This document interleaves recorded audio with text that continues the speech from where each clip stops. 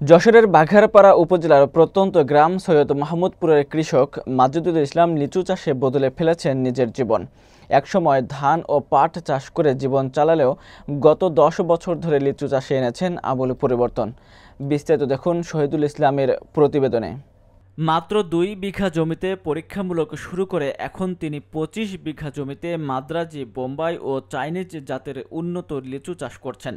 প্রতিটি গাছেই নিয়মিত ফলন হচ্ছে এবং বাজারে এর ব্যাপক চাহিদা রয়েছে।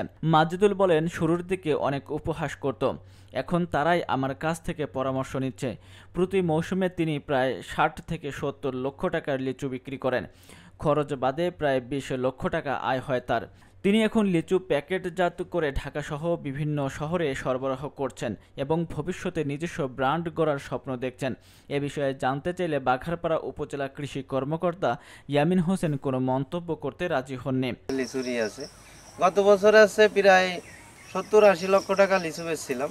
এবছর কম, তারপরেও আছে।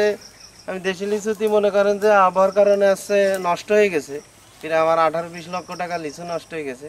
ওইখানে আছে দেশি লিচু বেশি বেচতে পারি না, হয়তো 7-8 লাখ টাকা দেশি লিচু বেচতে পারছি।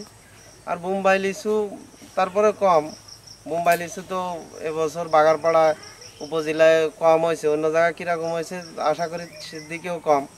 তবে আছে বোম্বাই লিচু আমার যা আছে এখন আছে 1.3 লাখ বোম্বাই লিচু আছে।